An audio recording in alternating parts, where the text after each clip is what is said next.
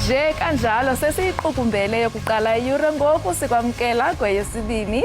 Lena kaloku iseyinkqubo ndaba yakho esenyongweni Ekhaya Jikelele. Enkosi ngokuba kunye nathi ngale ntsasa. Khumbule kaloku ukuba injongo yethu mbukele kukuthi lithi liqina ilanga thina sibe sele sikuthele suphe kokuqhubekayo elizweni. Uthi utshisa ingqatsi yelanga kodwa ube ucondobela phezulu uphangalele ngezisematheni. Mna ke ndinguNadia Dambuza. Mna ke ndinguKhalosa Kalubisi uMadlongoti. Usathetha ngokutshisa kwelanga njalo wena Nadia. Uyawuqonda ukhumbula into yokubana ndakhe ndeva isihlobo sisithi indlela le ekutshisa ngayo ungafunga uthi sele kugwetywa yaye isihoko sisondele. Andazi ke mbukeli ubunyani balonto. Sisathetha njalo ke ngemozulu etshisayo. Ukhumbule mbukeli ukuzikhusela ngezithambisi zelanga yaye usoloko usela amanzi ukuzigcina uphilile. Kodwa ke kule iyure phakathi ke kwezinto esiza nazo ukufumana uqikelelo lwemozulu kwingingqi yakho siza kupheka kaloku nabakwa silver ndaweva mathumbu esithi nkontsho kuba nginene sawungena kwihlelo 15 okanye ke sinaye nomdlali kamabona kude nomazela kwinkqubo uzalo odlala umlinganiswa uqhabanga ufuna ukuphoswa mbukeli kodwa ngoku masikrobise kumanqaku atshotshenhla kule iyure.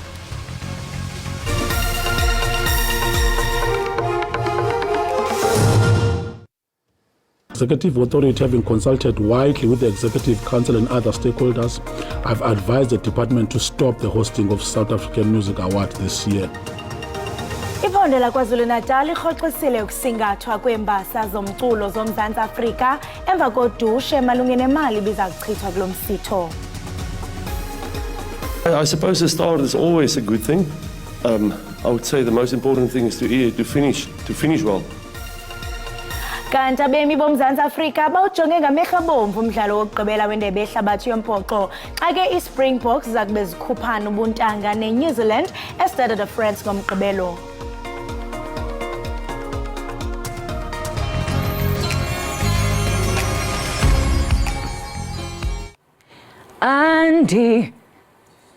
Andinanto ondize kanye nkosi ndize kanye nkosi yam. Molweni makhaya igama lam ndingu Ikhona ndiyimvumi. Zenihlale ke nibukele Ekhaya Jikelele apha ku SABC Plus nonwabela izinto ezifana nezemidlalo ezendaba nazo zonke ezinye izinto enizithandayo emakhaya ningahambi.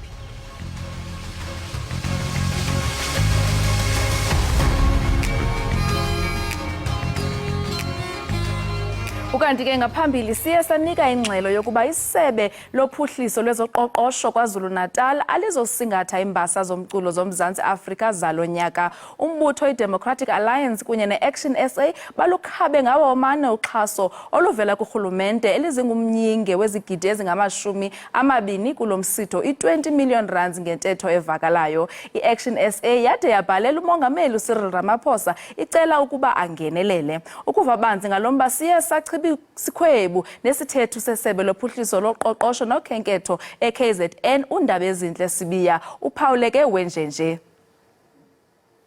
Imali ebekwe eceleni ukuxhasa ama-South African Music Awards imali ewu-20 million excluding iVAT.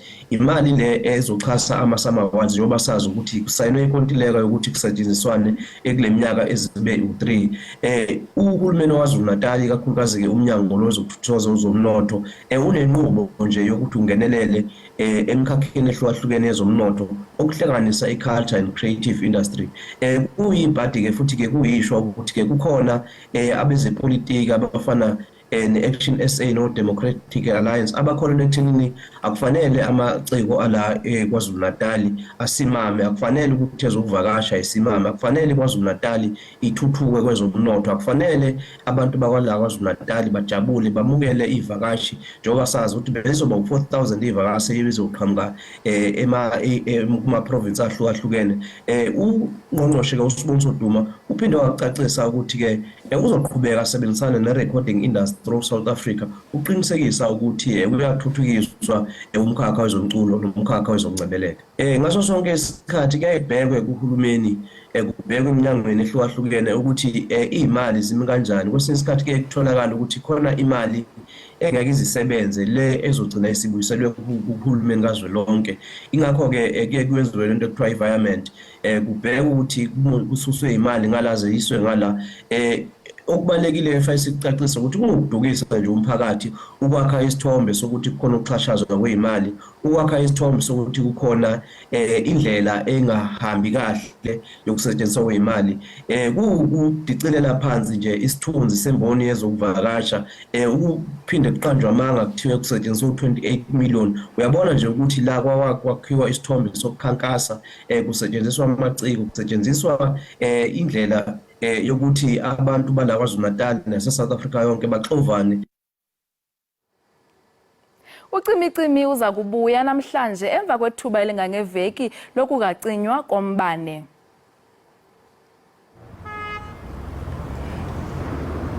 U-Eskom uthi inqanaba lokuqala lokucinywa kombane liza kuphinda liqalise ngentsimbi yesine namhlanje kude kube ngentsimbi yesihlanu kusasa ngomso.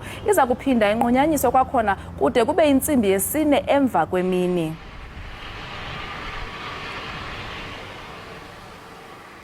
Ityala lobuqhophololo elijongene nowayesakuba ngumongameli uJacob Zuma kwakunye nenkampani yezixhobo zaseFrance eTales liza kubuyela enkundleni namhlanje eMgungundlovu. Owayengumongameli wezwe mnumzane uZuma kulindeleke ukuthi afake esinye isicelo sokuthi asuswe ecaleni lakhe umshushisi uadvocate Billy Downer. Isicelo sikaZuma sasekuqaleni yasichitha inkantolo ephakeme yaseMgungundlovu ngesikhathi ke umehluleli waleli cala kusengoPete Gun. Nenkantolo futhi ephakeme yokudluliswa kwamacala yakhipha isinqumo esifanayo kanjalo neyomthetho sisekelo. Ungoti wezomthetho uthi abameli baZuma kumele ke babeke izizathu ezintsha phambi kwenkantolo uma befuna ahoxe uDowner kuleli cala. Only difference noma mhlawumbe umehluko okhona eqaleni kokuthi lifika leli cala ngaphansi kwaJudge Gun yalingekho icala uadvocate Billy Downer ibhekane nawo. Manje sesiyinkantolo khona icala elinecase number abhekane nalo asa prosecutor noma sashushiswa khona uformer president uMsholozi. Uzekalala uthi uqulwa kwaleli cala elimayelana nesivumelwano sokuthengwa kwesikhali zezwe kungase kuqale ngonyaka ozayo uma ngabe seziphothulwe zonke izinqumo malungana ke nesicelo sikaZuma. NginguSimphiwe Makhanya wezindaba ze-SABC. Sikhulule umpu sazenzela isikila mkhuba eLewiston eMelika sabulela abantu abangama-22 kwenzakala abangama-50. Amapolisa akhuphe imifanekiso yomrhanelwe osagcwele amathafa. Kuvakala ukuba le ndoda ivule imbumbulu kwiindawo ezintathu. Elinye ipolisa lixelele inkundla ephakamileyo ePitoli ukuba umrhanelwa wesibini kwityala lokubulawa kukaSenzo Meyiwa uBongani Ntanzi walivuma ityala ngomhla we-19 kuJuni ka-2020. Lieutenant Colonel Solomon Rapado uthi wafonela umphenyi ukuba azosiza ngokuvuma icala kukaBongani Ntanzi estation samaphoyisa eMorocco eSoweto. uRapado uthi amalungelo omsulwa wesibili wafundelwa wona waze wabuza ukuthi uyamfuna yini ummeli uma esenza isitatimende. uNtanzi ke wanqaba ukutholela ummeli. And further asking whether he's been promised or he's been enticed in anyhow to make the statement to me. He said no, he was never enticed. Abameli baphosela inselelo okusola ukuthi ukuvuma icala bathi uNtanzi waphoqa ukucikica amaphepha ayevele esekhona estation samaphoyisa eMorocco. The accused was forced to make a confession. Was forced to make a confession. That's correct, my lord. Was assaulted in the presence of the witness that is coming to testify. uRapado uzoqhubeka nokuthola ubufakazi kusasa. Inkokheli ye-DA uJohnston Yeazen uxeke umasipala i-Enoch Mgijima kwiphondo laseMpuma Koloni ngokuxabisa inkcitho-mali enganyanzelekanga. Ibala lezemidlalo iLessington nelingundaba mlonyeni into nje engenamsebenzi nangona kwachithwa izigidi zerandi ekwakhiweni kwalo. uStien Hazen uthi ayithetheleleki into yokuchitha imali enkulu kwiphulo elingasebenziyo. You got 15 million rand spent here when you could have built a project that really made a daily difference in everybody's life here in terms of access to water, clean, accountable and government that delivers water. Instead, clearly a project here where somebody or a group of people have made a great deal of money. Bahlali bakukomani bavakalise ukungaxoli ngeemeko abaphila kuzo. Yinkcitha xesha le yenziwe phaa kwesa stadium.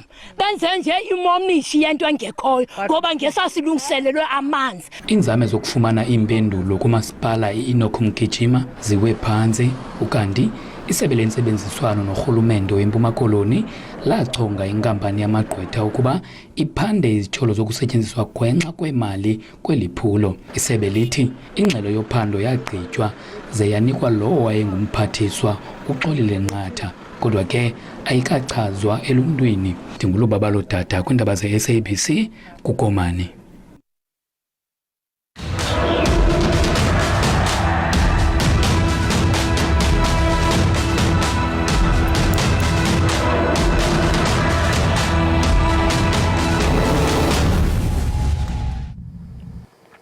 Unobhala Jikelele wezizwe ezimanyeneyo Antonio Guterres uthi ingxelo yakhe malunga nongquzulwano kwibhunga lezokhuseleko izolo litolikwa ngendlela engeyiyo. I am shocked by the misrepresentations by some of my statement yesterday in the Security Council, as if I was justifying acts of terror by Hamas. This is false. It was the opposite. In the beginning of my intervention yesterday, I clearly stated, and I quote, I have condemned unequivocally the horrifying and unprecedented 7 October acts of terror by Hamas in Israel. Nothing can justify the deliberate killing, injuring and kidnapping of civilians or the launching of rockets against civilian targets. End quote. Indeed, I spoke of the grievances of the Palestinian people. And in doing so, I also clearly stated, and I quote, but the grievances of the Palestinian people cannot justify the appalling attacks by Hamas. End quote. And then I went on with my intervention referring all my positions on all aspects of the Middle East crisis. I believe it was necessary to set the record straight, especially out of respect to the victims and to their families. Thank you.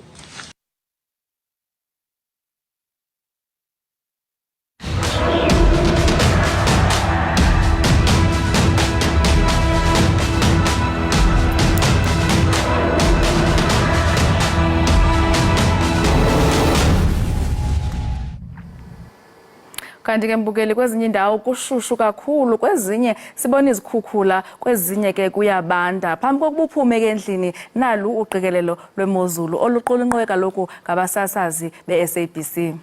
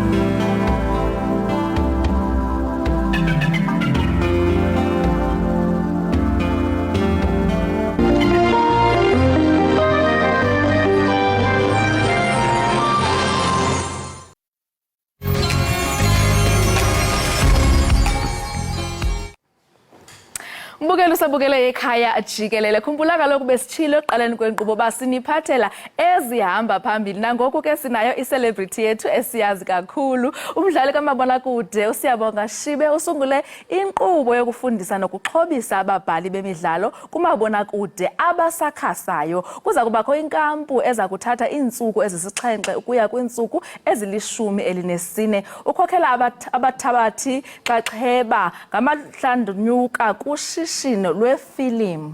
Sinaye ke apha namhlanje uza kusixelela banzi ngalo nkqubo. Siyabonga masikubulise sikwamkele ngalentseni. Hayi ngibingelele nasemakhaya.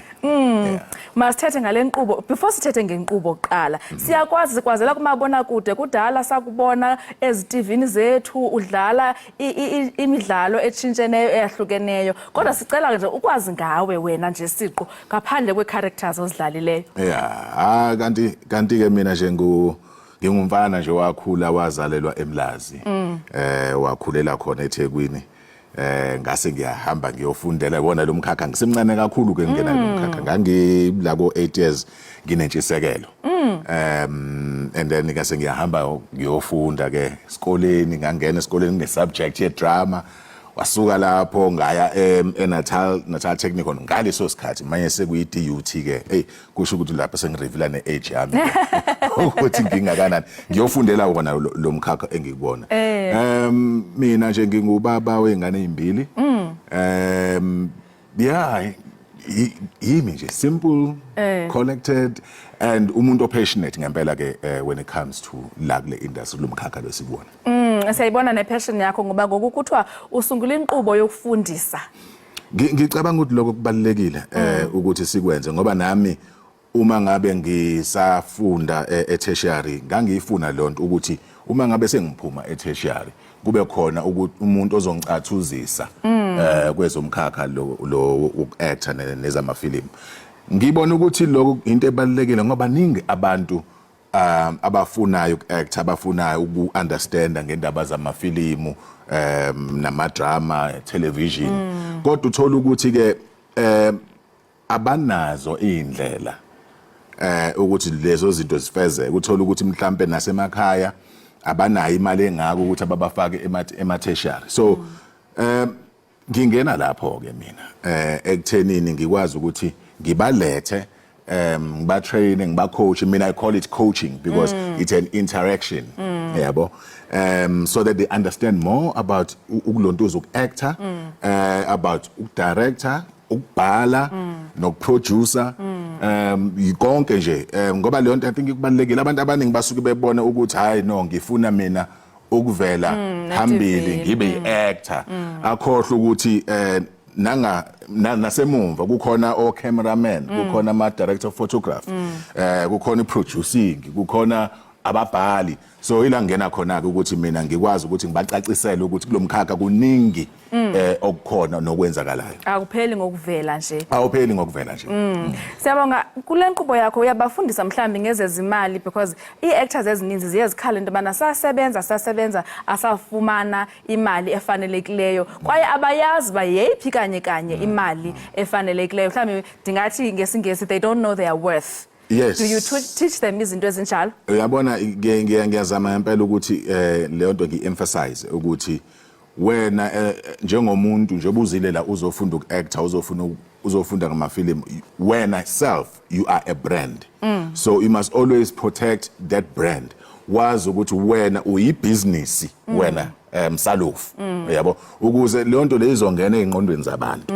Mayingena lento ezingqondweni zabantu uzokwazi ukuthi okay impilo yami fanele ngiyiphile kanjani. Okay ama savings wami fanele ngisave kanjani. Azi ukuthi kwesinye isikhathi kuzoba khona la kuzobe kuthula khona ngingenawo umsebenzi. So lokhu onako ephaketheni kufanele wazi ukuthi kuzokusustain kuqhube kangakanani. And ngiya-emphasize ke futhi ke family values. Yes. Ukuthi leyo nto ibalekile ukuthi ungathi ngoba ke usuphumelele usuyi-act usuyibona usuyi-celebrity and then mase uyaqala ukhukhumala ukhoshe chomela abantu. Leyo nto leyo ngiyayi-emphasize kakhulu kulabantu engibacoachayo ukuthi no ayingabi njalo. In fact ufuneka ibe the other way. Kufanele uzithobe. Yabona ayikho awulimali ndawo ngokuzithoba. Ngoba kaloku abalandeli bakho ngabo aba bakusapotayo, ingabo abakuxhasayo ukuze unyuke nezinga lakho. Akunjalo nje. Ingaba ke bakhona osobachongile for le program yakho okanye kusezawukhethwa. Kwaye kukhethwa njani? Le program yami ukuthi uma ngabe ungena la kuma workshops lawa esiwenzayo. We develop a script as well. When we develop a script sizosebenzisa bona labantu laba khona kule program yethu ukuthi ba acte, abanye babe part of producing, abanye babe part of directing, and then they shadow ama directors who are prominent, who are in a professional environment already. So kuyimanje kukhona uphawu ifilm eqhamukile from the whole workshop ukuthi okay idevelopwe ishootwe, which is yonke esiyenzayo manje siyayishootha using labantu laba vele esenza nabo ama workshop. Okay. Lonto le ibanikeza ugqozu, confidence nesipiliyoni ngoba sibalekile isipiliyoni kule industry esikuyona. And manje uma ngabe uzosibamba isipiliyoni kusala usafunda leyo nto le izokubeka ebangeni elikhulu ngokuzayo. Uzokwazi ukuthi uma ngabe usungena on a mainstream it becomes easier. Ufika ne confidence ungazo intimidate osiyabonga shibe lapha yana bedressile lapha yana bezo auditiona for a part fanele ungene na uzazi ukuthi hayi no ngisithembile usiyabonga shibe la hayi uzohlehla kancane. Iyona into ke esizama ukuthi siyenze ke as Dream Up Productions kuona lama workshops. Ucima mhlambi ezi program ezinjena zibaluleke kangakanani ku industry yonke iphela? Kubalekile uyazi ziningi yazi izomangala kulama workshops ukuthi kuqhamuka izitori eziningi kangakanani. Kuyabonakala ukuthi iSouth Africa kahle ziningi izitori ezingakatshelwa ezingakakhonjiswa komabona kude, izitori lezi ezidingakalayo ukuthi zitshele umphakathi uzazi and be proud ukuthi we are South Africans, we are telling our own stories. Zibhalwa yithina, zidirectwa yithina, ziproducedwa yithina ukuze iindustry yethu ukwazi ukuthi ikhule. Ibalekile ngempela ke leyo ukuze sikhulise iindustry yethu yala eSouth Africa. Okay, masithethe ke ngokuya phambili nale nkqubo yakho. Ingaba zikhona ezinye izinto mhlambi esinozilindela? Kakhulu kuningi esikuphethe njengoba manje nje ngisasho nje besishutha uphawu sesoqeda nalo ukushutha emva kwaloko obviously sesifaka nakhona kuma channels lawa relevant ama broadcasters maningi namanye ama film that we are working on, and some of them are already ready. To be shot, to be developed, to be, showcased. So kuningi okuzoqhamuka lana and liningi talente abantu abaningi abasazolibona because kubalekile ukuthi usiyabonga shibe wafika la kule industry 24 years ago. Yabo kubalekile nami ukuthi ngikwazi ukuthi ngisuse omunye usiyabonga shibe ole ezansi ngimsimamise ukuze naye enze kanjalo. We need to it's a life cycle. We need to we need to pass the bait. We need to do that. Shibe uthetha kamnandi ingathi yonke into ihamba kakuhle. Azikho challenges okudibane nazo apha kule nkqubo okanye zeziphi ngoba challenges zihlala zikhona. Zeziphi challenges othe udibane nazo okanye mhlawumbi izinto zakho nyani ke zaqhebeleka Hey, akhona ama challenges. Uthola ukuthi umuntu they come for my workshop, they say okay siyabonga siyacela to be part of Dream Up Productions my workshops la. And then you're like okay, it's fine, come in. But now lo muntu self akasawa attend ama workshops. So now uma ngabe sengasawa attend ama workshops siqala manje sesishootha thina la film lawo esiwashuthayo usefuna ukube part of it. This is where I put my foot down and then I say no, you are not serious. Kusho ukuthi uze la kule industry for wrong reasons. Kusho ukuthi uze la kule industry for fame. So once you are uze la for fame, kusho ukuthi it's a wrong picture already. So you need to attend ama workshop just like wonke umuntu from the beginning, the middle to the end. You can't just come now and say ngifuna ukuvela nami njengoba usibona isiqhubeka ngoba usibona isiqhubeka manje and you like ngifuna nami ungena ke manje and enye into challenge engizoyisho nje i challenge of finance. You know, we need support, financial support, you know, one way or the other, because uthola ukuthi kwesinye isikhathi umuntu wenza lento because une passion. So manje ugcina esengena kuphi ephaketheni lakhe. And iphakethe liyabhoboka bakwethu, alikho iphakethe engabhoboka. Hayi kakhulu. So i-challenge iyona ke leyo. And of course, ukunokha to certain broadcasters and say, hey, nayi ilentuza ifilm enginayo, here's a concept engiyiphethe, so ngiyacela ukuthi ningivulele umnyango ukuze ukwazi labantu laba engibacoachayo to be known, to be relevant. So we need those things ukuthi zibe khona, ukuthi uma bekwesinye isikhathi ungqongqoze iminyango nje ivuleke ngaphandle kwezinto ezithize. Yeah. Ohleliyo ke ngoku ekhaya ubukeleyo ngoku othi ay nami ndiyayifuna mani lento vela kumabona kude, ungamcebisa uthini okanye angaqala phi okanye mhlawumbe yeyiphi i-advice onayo for him? Okokuqala fanele ube nothando lwento, ungayenzi into ngoba ubona umuntu next door eyenza mase ucabanga ukuthi ke nawe ke kufanele uyenze. Fanele ube nothando layo, hayi uthando nje kuphela, fanele ube ne-passion, yabo, ube serious ngayo.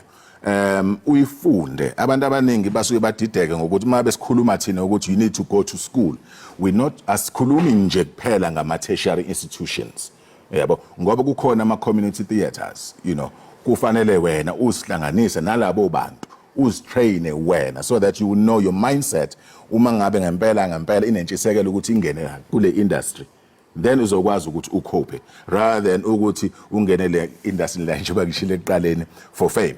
You know, don't worry, fame will come, but first it needs to be here. You know, it needs to be here, you need to persevere. It is very hard la kulomkhakha kakhulu ngoba uthi umuhamba uyongena kuma audition uthola abantu abayi-50 lapho ni auditionela i-role A1. Yabo, mase uyachafa. Mina always say ke ngithi uma ngabe mina ngingayitholanga leyo role, kusho ukuthi ke kukhona umuntu othize oyideservayo. Leyo nto should never ever crush you, you know, because it's going to be difficult to come back up once you are crushed. Uphinde uye kwenye audition elandelayo ngoba uzokutyhafile pheli lamandla. Hayi kodwa unyanisile akukho lula. Ayikho lula le industry sikuyo. Yes. Bakhona mhlawumbe abanye abantu osebenza nabo kule nkqubo yakho? Ngike ngisebenze ke njengoba ngisho nje as a coach abantu ngifuna ukuthi baqhubeke bakhuphuke. Ngike ngisebenze nama professional directors, you know, abanye ngizomention just a few. MQ is a well-renowned director. Ufikile has just won, you know, a SAFTA. So ibona abantu that assist me, even my fellow actors as well. They come and bafake nabo imbono yabo, bafake their own skills to these people that we are trying to upgrade, you know.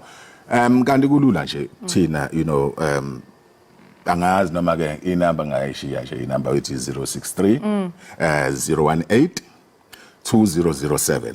Lapho kuzokwazi ukuthi usithole khona. Baxhumane nawe khona. Sabonga masipulela kakhulu ngexesha lakho. Cela uphinde inamba nje okugqibela. 063 018 2007. Enkosi. Thank you. Inkosi ba uvukile uzofika ekhaya Jikelele. Ayisekwajwayeleka sishutha ngabo 4 ekseni so. Yeah. Ayisifisela konke okuhle uqhubele phambili intinga takandini. Loba ke mbukeli ibingu siyabonga Shibe umdlali kamabona kude sinabisela kaloku banzi ngenkqubo yakhe yokufundisa nokuxhobisa ababhali benkqubo zikamabona kude abasakhasayo. Siyabuya nokunye okuninzi siphathele into ezimnandi emva kwevenkile. Ungaqusha lazi.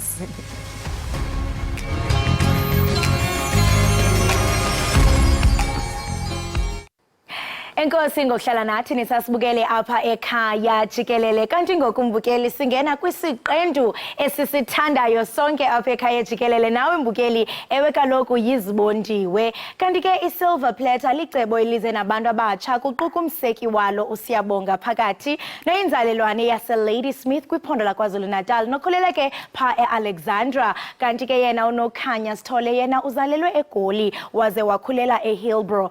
Kanti ke nomushe Magula uzalelwe wakhulela eTzaneen eLimpopo. Usiya nokukhanya ke bagqibe izifundo zabo zokupheka e-International Hotel School kanti ke yena umushe wagqiba isidanga sakhe se-BA Communications kwi-University yaseLimpopo waze wenza i-honors zakhe kwi-University yasePitoli.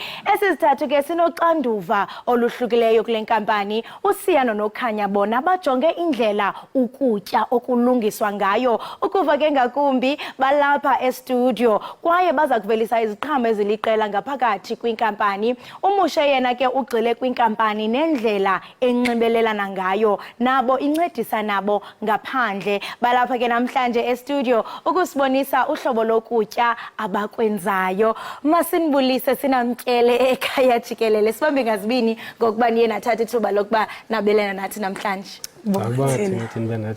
Hey manibulise nokutya because wow, hey niyaphila. Nizawuphila apha ngaphakathi ku-stomach.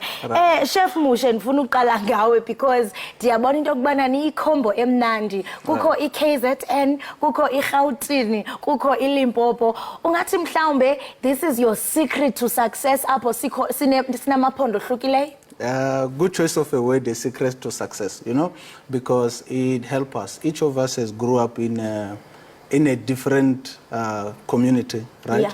And we know that the communities that we grow from, they shape our perception of the world and how we view the world and realities around us, which really help us when we come to the audience targeting and normally when we are reaching out to customers, right? That when we are conducting our products, we then look at from our different frame of references and say, what would this community of people perceive of our meal that we're trying to make? And maybe when we're trying to market it even better, that we then say, how can we position this meal better for them, right? Wow. So now, you were saying that our friend Sia has grew up in KZN, some part of him in Alex. She grew up in Gauteng, part of her in Hillbrow. I grew up in Tzaneen, part of me, in Limpopo there. So we bring this different perspective to create one character, to target different characters of audience, or rather the potential customers that we are trying to do. So yes, it's a secret to our success that we have a different perspective towards one common goal. I like that, having different perspectives, you know. Omnyusuke Gauteng, omnyusuke KwaZulu-Natal, omnyusuke Limpopo. Into ethi nyhani when it comes to reaching your audience already, sele nisazi into bana kweli cala bathanda oku, so ibe ikhombo emnandi. You spoke of reaching i-audiences zenu. Ndiyarhalela ukwazi into bana what sort of marketing strategies enizenzayo ukuze kube kanti niyafikelela eluntwini? Understanding our current capacity right now, and then the kind of market that we can be able to service. We know we're living in a digital age. Everybody expects us to be digitally and stuff like that, okay? It's fine, but normally the strategy that we're using now, it's called plain folk technique. In a sense that I was saying we have different perspective into this thing. When we know that we're making, maybe there's a steak there. Some prefer iputu or some sort, but our side would prefer maybe ipapa, a normal one. Some would prefer tingi, like that, okay? So the strategy we're using, it's a plain folk technique. We approach similar people based on what interests them. And then we haven't really been mostly on socials, but we do direct engagement. We may, for example, we go to a local store, maybe a tavern, and say, look, you have people drinking here, we have food being cooking there. If they're being hungry, let's put up a poster, let them order in a group, we can deliver here for free. You know? Amazing. Something of like sort. So maybe see how he likes referring to them as Ezangagivu. Ezangagivu, there by the hostels. We just go there and say, no man, after driving taxis, you know, it's a challenge. It's a long day. Yeah, man, we can cook something together and just bring that for you then to enjoy while you get home. So that's normally the strategy that we use. What is common to them, we then present it to them. Then we attract them in that way. Then we build a long-lasting relationship based off the common interest.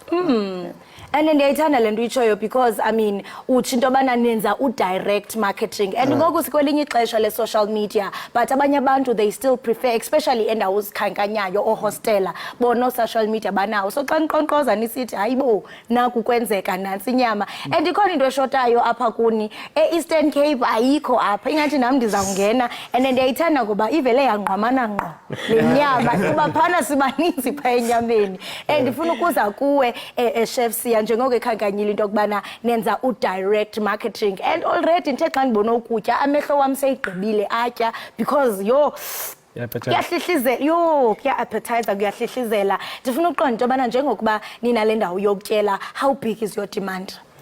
I-demand ethu inkulu ngale ndlela yokuthi we cater for our nearest hostel, and then there's a clinic laphana esikhetherala nayo, and then there is isikolo in and around Alex, so we cater for everyone. Senza nama pop-up, we do ama-functions, ama-boardroom meeting, whether it's a funeral or anything. We meet the demands of the customer, so whatever that is food related, we cater and deliver. We cater, we deliver. Ingwiqi seliginyile already. And noku ndiyaqonda into yobana liyakhula elishishini njengoko sitsho into yobana alimanga. And ndiyabona nalapha njengoba nizile uba kukutya okuhlukileyo, kukho inyama, kukho isteak, kukho ivoroso, kukho ikota. Ungathi mhlawumbe preferably kwii-clients zenu enizipho ukutya ngeyiphi abayithanda kunene oqonda uba le jonga funeke nakanjani xa siyenza ikota funeke sisenze mhlambe zibe 10 within 5 minutes. Ngeyiphi ethandwa kunene? Esikhathini esiningi i-clientele yethu prefer into enenyama. So esikhathini esiningi burgers nama-platter njengoba sikenzele i-meat platter lapho, because it's easy to make, it's quick and it's filling. So yona into abantu abayincimela esikhathini esiningi. But when it comes to ikota yaziwa wonke umuntu noma inguphi ongaya khona. So what we do is we try to make it sophisticated enough for them to be like, yo, sophisticated. We bringing classy to us. And ndiyayithanda le sophistication othetha ngayo kuba ndiyayibona nale of which xa sewusithela thupha into yobana uphethe nto namhlanje ndiyathanda usinabele because hey ndiyayibona uba ihonjisiwe inalaa nto igreen xa hey ifundile lena ikoti ye-private school. Yeah, no, we try to accommodate nama eating habits abantu, ama dietary preferences.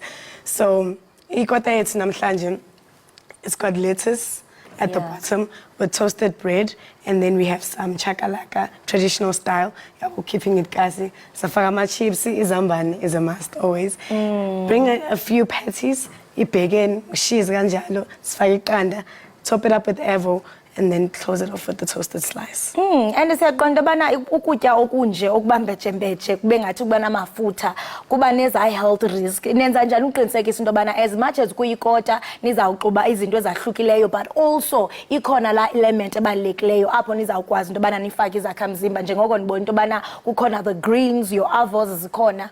You know, esikhathini samanje we have so many ways to make healthy food taste good. Yeah. From the type of oil we use, from the butter we use, non-stick. So to accommodate health restrictions but still make your food taste really good. So we'd go for herbs, we'd use pink salt, coarse pepper instead of things that are just overly manufactured. Okay, so indulele pha kwi-oil olisebenzayo, i-herbs and your pink salt. So ungakwazi ukutya ewe kube hlafu kamnandi at the same time kube healthy. Less calories, yes. Ndifuna chef Siya uzele kweli cala lenyama. Hey level sijonge kumngqo. Personal. Kweli cala ngapha? Okay, this side we have a grilled steak topped up in a mushroom sauce. And then we have a salsa and a sriracha sauce. We have a traditional chakalaka. And we have a coleslaw. We're serving this ngama chips. Starch you can choose your own, whether it's pap, chips or mash. It doesn't really matter. Ndangena kanye encwadini. Kwela cala sinantoni? We have a boerewors roll, classic hot dog with cheese sauce, a mixture of 3 different types of sauces to enhance the flavor, served with a side of chips or a salad depending on your preference. And we have some sriracha sauce on the side. I'm Nandi. Ndiyakhala ukwazi into bana yabona xa usendlini uye uthatha ixesha elininzi uprepareishe mhlambe over 30 minutes and ngoku sine load shedding kufumanisa into bana ufuna ukuthi qhwi ukhawulezise but nina niyakwazi ukwenza into ni prepare within 30 minutes. How is that possible? Oh well, as consider load shedding sebenzisa i-gas. So masebenzisa i-gas, deep fryer or i-grill. It's easy, it's healthy. Inyama khona iphuma fast. Yes, gas stove ne grill. And then also, we try to make quick and easy, convenient ways to prepare ukudla. So we're coming up with, we're going to give you something on social media to say how to make a nice kota grill in under 30 minutes. Yes. You know, throw in a little surprise. So it's a surprise and it's up. We're going to give you a secret recipe, how to make this in like under 30, no? Yes. Yeah. Definitely. Under 30. Wow. And when it comes to sauces, ngaba nine sauces zenu, nine spices zenu, ithini? We make our sauces. Yes, we do make our own sauces from ichi sauce, a green mamba or a smoky mayo and sriracha sauce. So wonke lama sauce lawa siyazenzela thina from scratch. Ne aioli sauces yayenza. And I mean uyatsho apha wena mushe chef Sindo bana nizenzela sauces nizenzela herbs, and why is that important? Noma nisulanga ndithi nisabuya sisazowenza omnibus bensathi nje ama highlights. So mushe enkosi kodwa mushe, I mean why is it important as a business nikwazi into bana niziqalele izinto zenu, like having your own sauces, having your own spices, because I mean lonto ndiyaqiniseka into bana I-create a brand image. Right. So our over and above brand image, right? We need to diversify our streams of income become a sustainable business. Okay. Having these secret sources, also we can also put them on the market and sell them for another price. So it's one. I'm just looking at it at that angle. From the chef's perspective, they're looking at it to say, no, we want to make our own unique taste, right? But when coming to the business administration, I'm then focusing and say, no man, we need to diversify our streams of income. So that's how we then look at it. Right. Yo, akusemnandi ukutya kwenu. Nifumane kaphi umuntu xa ethi jonga ndifuna ukundwendwela okanye mhlawumbe ikampani yam ndifuna nichwechwele nize ngasemnyango kunento esihlanganisayo? Well, our physical address was a 4th Avenue of Maya near Women's Hostel. And then our socials. On Instagram, we are Silver Platter _. So it's Silver Platter __. So umntu uzifumanela lena into xa ifika phaya? Yes, definitely. And then we do have a WhatsApp business line with a catalog. If you require catering for certain events, umshado, into enjalo, but siyatholakala nasocingweni. Yazi bathi food is medicine. Bekunento ibilapha. Yayibona biyehla ngoku, and I mean ningathi mhlambe intoni lanto inye umuntu ozothi angene apha kwinantsika yenu aphume ngasafani? Well, we serve ama meals are unique. So if you're looking for the taste of some, the place to come is go Silver Plate. Yo, and we have an event on the 4th of November. It will be hosted a 4th Avenue near the Women's Hostel, a Maze Bar and Lounge. Hopefully, yes, invite us here, pa. This is your official invite. Sizoya. It's on you, ne? Well, we'll have to discuss this. Maybe. Okay. Siyabuleka kakhulu ngokuba nisindwendwele kwaye sinqonelela konke okuhle ngokutya kwenu.